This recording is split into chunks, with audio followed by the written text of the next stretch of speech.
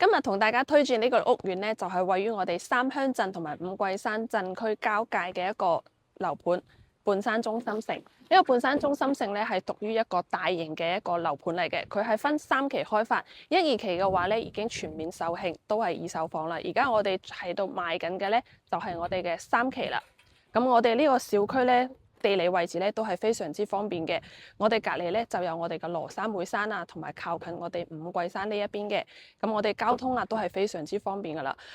我哋出去咧就係我哋嘅城桂公路，接通我哋坦洲快線啊，去到我哋嘅中山市區同埋我哋嘅珠海市區咧都係非常之方便嘅，自己揸車大概係20-30分鐘就可以去到啦。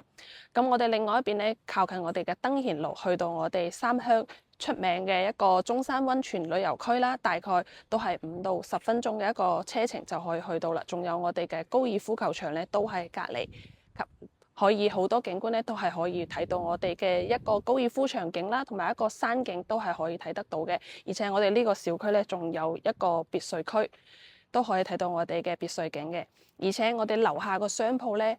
都係比較齊全噶啦，咁有我哋嘅藥房啦、茶餐廳啦，同埋一啲新鮮超市啊，都係應有盡有啦，基本可以滿足我哋嘅日常需求。而且咧，我哋隔離仲有可以通往翻我哋嘅香港嘅一個直通巴士啦，都係可以去到嘅。而家咧就嚟到我哋嘅屋苑內部啦，我哋啱啱嘅門口咧就係我哋3期嘅門口啦，入到嚟咧可以睇到我哋嘅呢一個綠化率啊，都係非常之高嘅，仲可以睇到我哋呢個屋苑嘅一啲外立面咧都係非常之新淨同埋乾淨嘅添。前面就係我哋嗰個別墅區，同埋我哋休息嘅一個涼亭。咁我哋嘅小區咧，除咗呢一個咧之外，仲有我哋嘅綠化跑道啦、游泳池啦、籃球場、羽毛球場同埋乒乓球場添。咁屋企有老人家啊，有小朋友嘅話咧，喺自己屋嘅樓下就可以享受咁多嘅配套啦。我哋而家賣緊嘅咧就係30棟、31棟同埋32棟嘅單位，戶型咧就有100方嘅3房到我哋126方嘅4房，都係朝南向同埋南北通，係可以睇到我哋嘅山景、高爾夫場景嘅添。而家咧就帶大家上去樣板間睇下。